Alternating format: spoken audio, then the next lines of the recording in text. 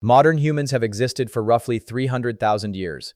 For 290,000 of those years, your species had no language, no words, no grammar, no way to describe the world out loud.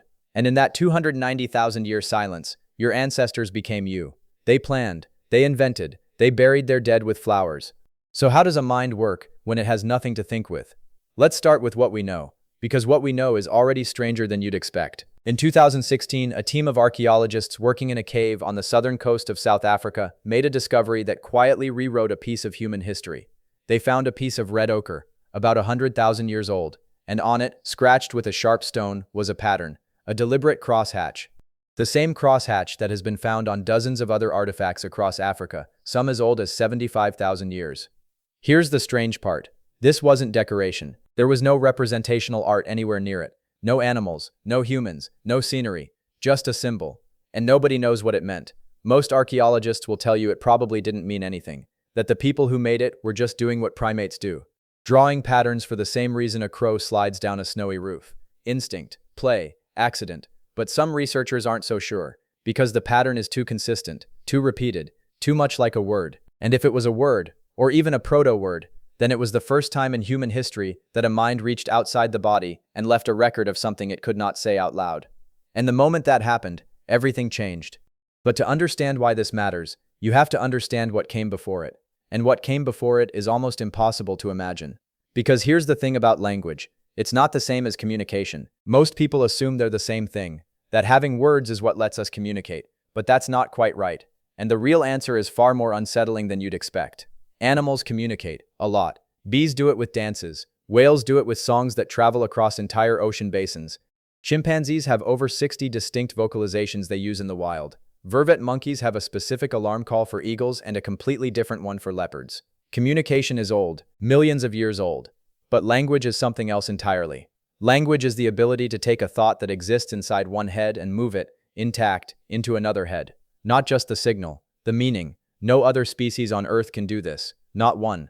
Even the most intelligent communication we see in the animal kingdom is referential. It points at the world. It says danger here, or food there. It does not describe. It does not imagine. It does not say I think you might be wrong about where the river is. Your ancestors had the communication part. They'd had it for millions of years. What they didn't have, for 290,000 years, was language. So what was going on inside their heads? For a long time, the default answer was, not much.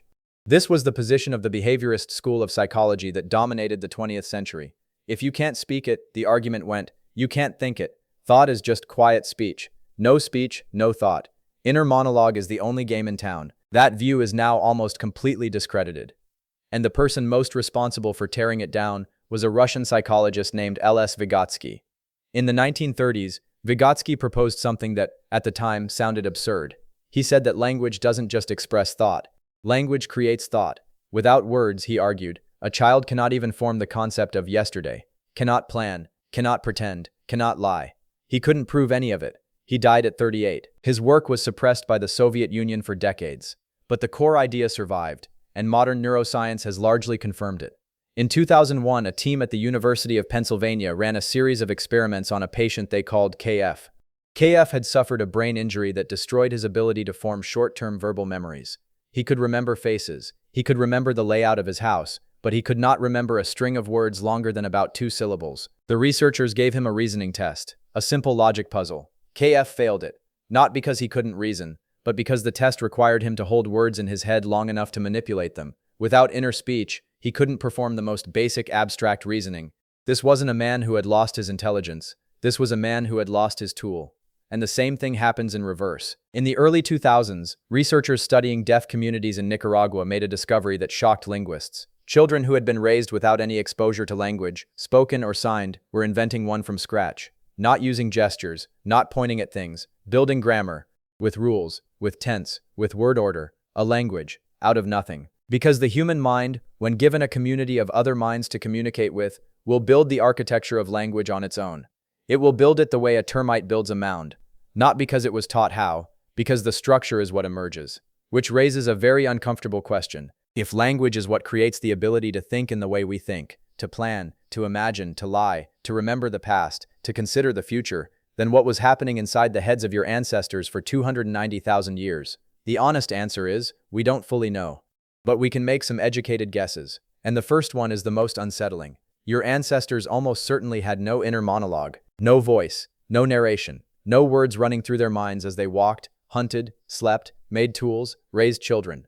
What they had instead is something modern cognitive scientists call mental time travel, the ability to hold an image in the mind and manipulate it, to remember a place, to mentally rehearse a route, to imagine a scenario that isn't happening right now. Picture it, a hunter 80,000 years ago, crouched at the edge of a clearing, watching a herd of antelope. He has no word for antelope, no word for herd, no word for tomorrow, but he can picture the path the herd will take. He can simulate it. He can imagine a rock at the place where the herd will be in 20 minutes. He can walk to that rock, hide, and wait. That is not language. That is thought.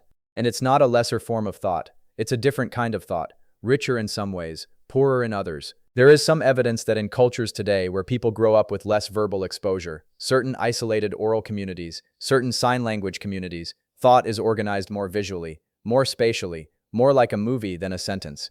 Your ancestors didn't have a less advanced mind. They had a mind organized around different materials. But here's where it gets dark. Because without language, there is no abstraction. And without abstraction, there is no concept of death.